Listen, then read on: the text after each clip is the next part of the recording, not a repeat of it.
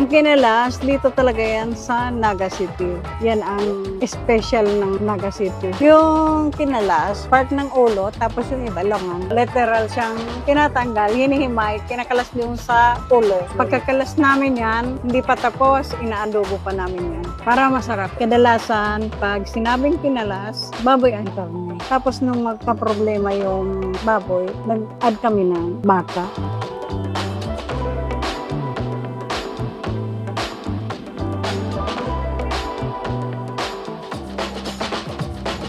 Matagal yung pagpapakulo niyan, sige lang ang gatong. Mula 3 o'clock in the morning hanggang sa 7 o'clock evening. Mahigit 18 hours. Hanggang magsara kami, sige lang ang pakulo ng sabaw. Kasi yun ang gusto ng mga customer, mainit na sabaw. Yung sabaw namin, pinakulang ulo ng baboy, ulo ng baka. Magkahiwalay sila. Kaya yung kinalas namin, masarap. Binabalik-balikan.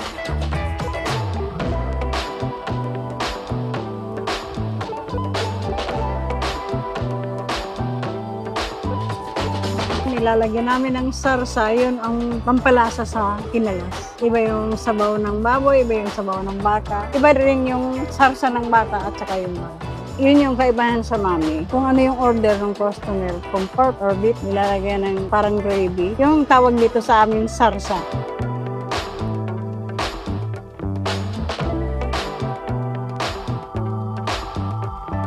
Ang pa-order namin na jumbo or special, ilalagyan namin una yung pansit, bago yung sabaw, lalagyan na nung sarsa, tapos yung meat, kung pork or beef, lalagyan ng spring onions, garlic, tapos yung chicharon.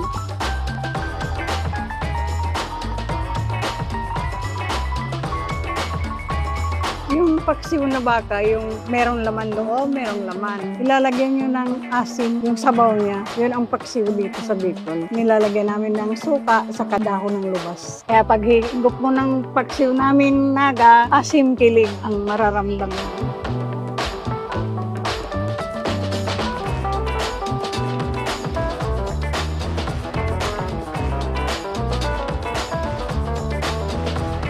Pumunta kayo dito sa Dilix Kinalog. Tikman nyo yung kinalas namin. Masarap ito. Hindi kayo magsisisi. Matatagpuan kami dito sa KM10 Carolina, Naga City. Bukas kami 6 a.m. to 7.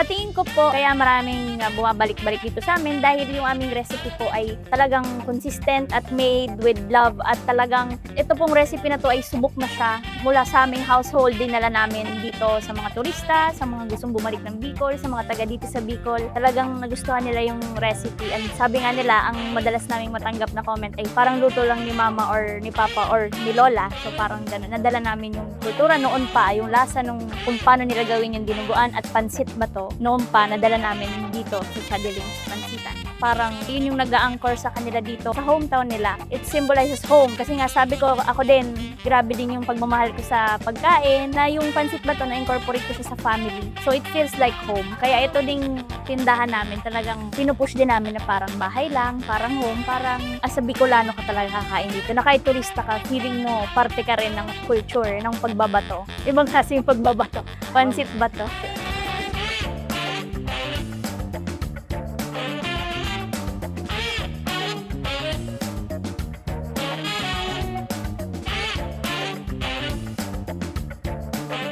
Hindi kayo pwedeng umalis ng Bicol hanggat hindi kayo nakakakain ng pansit bato.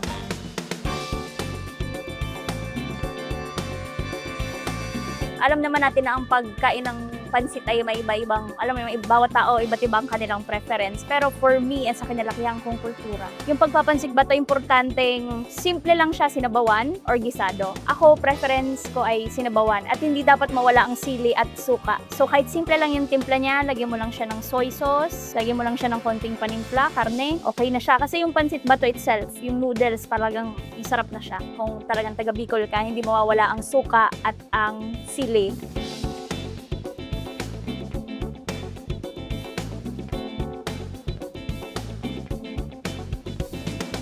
sinocase po namin yung kultura dito sa Albay, na kung saan pwede kami sa ginataan. Kaya yung culture namin dito sa Albay ay yung dinuguan ay mayroong gata na hindi lang simpleng gata, kundi pinausukang nyog. Yung gata ng nyog ay nahalo namin sa dinuguan. Dito ko talaga siya natutunan na sa Daraga. Pero kapag kami po ay nagta-travel din around Albay, marami din po kami nakikita na ibang pansitan, ibang karinderya na ganun din yung recipe. Parang mayroong mga households na talagang ganun yung practice nila. Minsan kasi parang preference din pero collectively, yung culture ng paggagata sa dinuguan, dito po talaga siya makahanap. Napansin ko kasi yung mga Bicolano, mahal talaga nila ang pagkain. At saka itong pansit bato na to, parang pride din to sa amin. Although galing siya sa Kamsur, yung culture ng pansit bato ay kalat siya sa buong Bicol. May identity na pag pansit bato galing to sa Bicol. Dito naman sa amin, yung ginawa namin kumbaga star, yung pansit bato.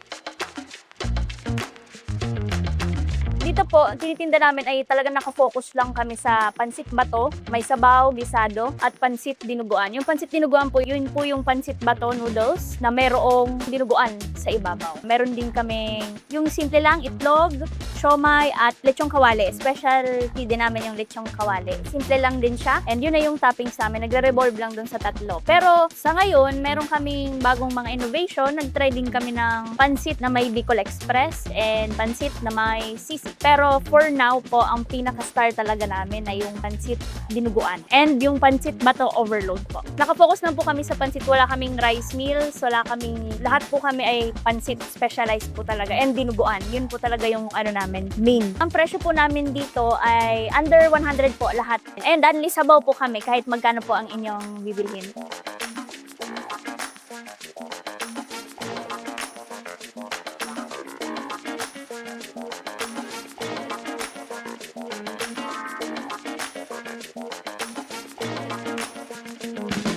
Kami po, as a family, halos more than 15 to 20 years na kaming nagkakantin sa isang private school dito sa Albay. Pero lately po ay nagsara na siya, kaya ako na yung nagpatuloy din ng legacy. Kasi sa family namin, very big kami sa food. Yun ang nag-hold sa family namin. Lahat kami halos sa lineage ng family namin ay marunong magluto. Ito pong Chadirings ay tinayo siya just 2 years ago pa lang po. Sinimulan namin tong Chadirings Pansita na kami talaga yung core team, si Chadiling, ang anak niya si Narciso. Kaming tatlo yung nag-start nito. Nagsimula kami 2 years ago sa pagluluto ng pansit bato and pansit dinuguan.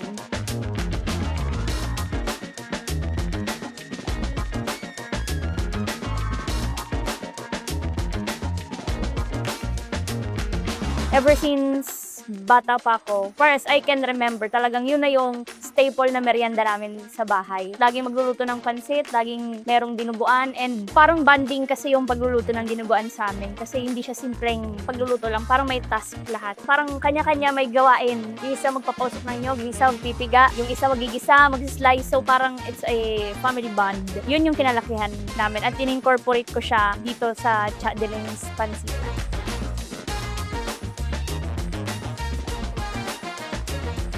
Iniimbitahan ko po lahat ng turista, dati ng taga Bicol, babalik sa Bicol, gustong makapunta ng Bicol, or nandito lang sa ating area sa Daraga Albay. Punta po kayo dito sa Chadirings Pansitan at subukan na po ninyo ang ating pansit bato with pansit dinuguan. Dito po kami sa San Roque, Daraga Albay. Malapit lang po kami sa Daraga Park at sa munisipyo po ng Daraga. Oras po namin ay 2 p.m. hanggang 10 p.m. po araw-araw po. Meron din po kaming Facebook page na pwede ninyong tignan para makita po ang aming mga announcements sa opening and closing. Thank you!